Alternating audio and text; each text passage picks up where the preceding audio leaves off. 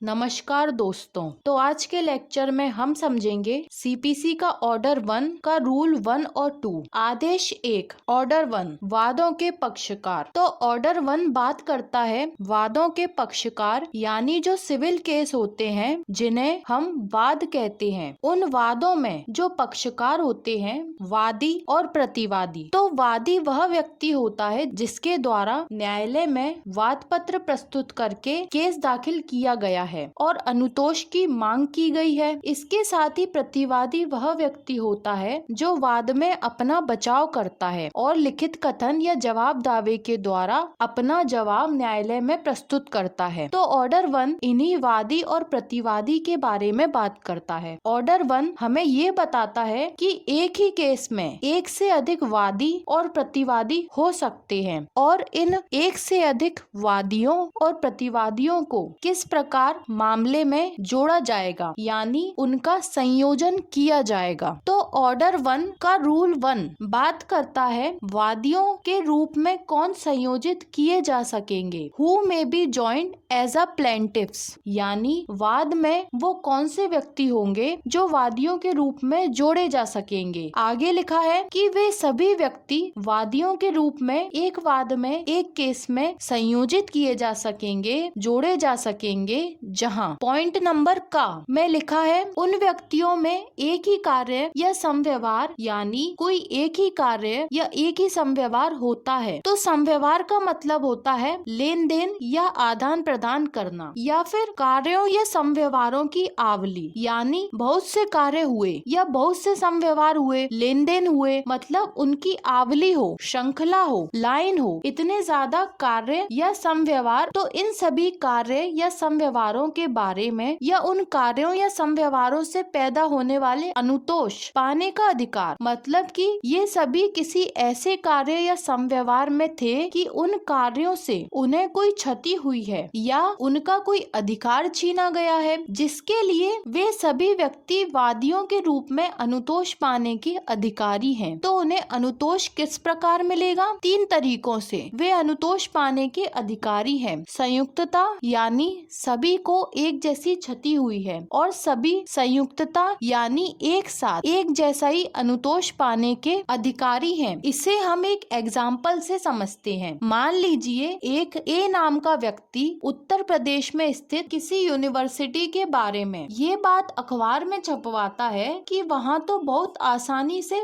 फर्जी डिग्री प्राप्त की जा सकती है। तो ए के द्वारा जो मानहानि पूर्ण खबर छपवाई गई, तो इसके लिए यूपी के सभी विश्वविद्यालय संयुक्त रूप से यानी इकट्ठे होकर ए के खिलाफ मानहानि के लिए वाद ला सकते हैं और इन सभी को ए के द्वारा किए गए मानहानि से संयुक्त रूप से अनुतोष यानी रिलीफ पाने का अधिकार मिला है। इसके बाद आता है पृथकता शब्द। इसका मतलब है कि पृथक पृथक रूप से, अलग अलग रूप से वे अनुतोष पाने के अधिकारी हैं। इसे भी हम एक एग्जाम्पल से समझते हैं। मान लीजिए ए ने बी से 30,000 रुपए, सी से 20,000 रुपए और डी से 10,000 रुपए का लोन लिया और इन तीनों का लोन नहीं चुकाने के इरादे से ए ने क्या किया? अपनी एकमात्र संपत्ति को बेच दिया। तो ऐसे विक्रय को संपत्ति अंतरण अधिनियम की धारा 53 में शून्यकरणीय या वॉइडेबल घोषित कराने के लिए वे तीनों क्या करेंगे? बी, सी और डी सहवादियों के रूप में ए के खिलाफ केस कर सकेंगे। भले ही वह इकट्ठे होकर केस दाखिल कर रहे हैं, पर फिर भी बी को ए से 30,000 रुपए, सी को 20,000 रुपए तथा डी को 10,000 रुपए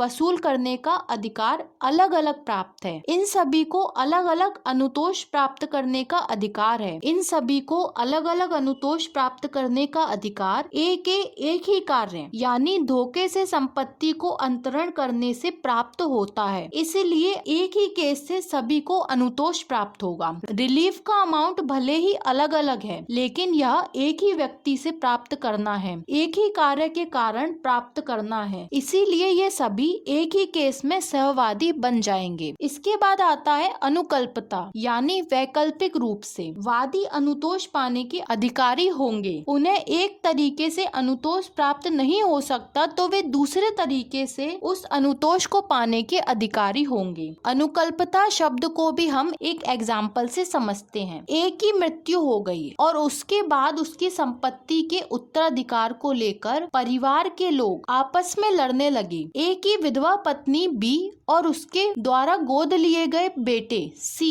के द्वारा न्यायालय में परिवार के अन्य लोगों के खिलाफ सहवादियों के रूप में केस लाया जाता है और ए की संपत्ति में उत्तराधिकार प्राप्त करने के लिए ये वाद लाया जाता है। उनके केस का आधार ये है कि अगर मृतक ए ने संपत्ति स्वयं खरीदी हो तो वे उसकी संपत्ति में सबसे पहला हक प्राप्त करने के अधिकारी हैं और अगर वो संपत्ति पूर्वजों से मृतक ए को प्राप्त हुई हो तो मृतक ए के हिस्से को उत्तरजीवी सहदायिकी के रूप में यानी कि मृतक ए की पत्नी बी और गोद लिया हुआ पुत्र सी पूर्वजों की संपत्ति में वैकल्पिक यानी विकल्प के रूप में उस केस में जोड़ा जाएगा और उन्हें उस मृतक ए का हिस्सा यानी अनुतोष प्राप्त होगा। तो इस तरीके से इन 3 प्रकारों से वाद में जोड़े गए व्यक्तियों को अनुतोष प्राप्त होता है, संयुक्तता, पृथकता और अनुकल्पता। इसके बाद आता है रूल 1 का पॉइंट नंबर खा। पॉइंट नंबर खा में लिखा है यदि ऐसे व्यक्ति पृथक पृथक वाद लाते हैं तो विधि या तथ्य का सामान्य प्रश्न पैदा होता है। मतलब कि अगर किसी वाद में बहुत सारे व्यक्ति हैं और वह सभी व्यक्ति अलग अलग वाद लाते हैं लेकिन जो पृथक पृथक वाद लाए जा रहे हैं उन सभी वादों में विधि का एक सामान्य प्रश्न है और तथ्य का एक सामान्य प्रश्न है, यानी कि वह सभी वाद एक ही कॉमन फैक्ट से संबंधित हैं और एक ही कॉमन लॉ से संबंधित हैं। इसीलिए उन सभी व्यक्तियों को जोड़कर एक वाद लाया जाएगा और उन सभी को उसमें सहवादी बनाया जाएगा। तो विधि का प्रश्न यानी कि उसमें एक ही विधि, एक ही नियम, एक ही लॉ लागू होता है और तथ्य का सामान्य प्रश्न यानी कि उसमें एक ही फैक्ट, एक ही तथ्य से रिलेटेड सभी व्यक्ति वाद लेकर आ रहे हैं। जैसे कि सभी को एक व्यक्ति की संपत्ति में अधिकार प्राप्त करना है क्योंकि वह एक ही व्यक्ति है और उसकी एक ही संपत्ति में सभी को अधिकार प्राप्त करना है, तो यह एक ही तथ्य का प्रश्न हुआ। इसके बाद आता है ऑर्डर 1 का रूल नंबर 2, पृथक विचारण का आदेश करने की न्यायालय की शक्ति, power of court to order separate trial. इसमें लिखा है जहां न्यायालय को यह प्रतीत होता है कि वादियों के किसी संयोजन से यानी कि वादियों को जोड़े जाने से, सभी वादियों को एक ही केस में जोड़े जाने से, संयोजन से वाद के विचारण, वाद के ट्रायल में किसी भी प्रकार की कोई उलझन या विलंब हो सकता है, किसी भी प्रकार की कोई परेशानी या फिर वो केस लेट हो सकता है, विलंब हो सकता है, उसमें देरी हो सकती है, वहाँ न्यायालय वादियों से निर्वचन करने को कह सकेगा। तो वहाँ पर न्यायालय उन वादियों को यह ऑप्शन देगा कि वह चुनाव करें कि उन्हें उसी एक केस में सहवादी के रूप में जुड़ना है या फिर वो पृथक से कोई वाद लेकर आना चाहते हैं और अलग से उस तथ्य को निपटाना चाहते हैं। तो इस प्रकार से न्यायालय वादियों को निर्वाचन करने को कह सकेगा कि वह उस बात पर विचार करके अपने अनुसार निर्वचन यानी चुनाव कर सकते हैं कि उन्हें कौन सा रास्ता अपनाना है, या फिर पृथक विचारण कर सकेगा यानी कि अलग से ट्रायल कर सकेगा या ऐसा अन्य आदेश दे सकेगा जो समीचीन हो, या फिर न्यायालय कोई ऐसा अन्य आदेश दे सकेगा जो उस मामले में उसको समीचीन या उचित प्रतीत होता है। तो यह था सीपीसी का ऑर्डर 1 का रूल 1 और 2। अगर आपको सीपीसी के ऑर्डर 1 के रूल 1 और 2 में कोई डाउट है या फिर आप कोई क्वेश्चन पूछना चाहते हैं तो हमसे कमेंट बॉक्स में पूछ सकते हैं। सीपीसी को और आसान भाषा में समझने के लिए हमसे जुड़े रहिए और हमारे चैनल को सब्सक्राइब कीजिए। धन्यवाद।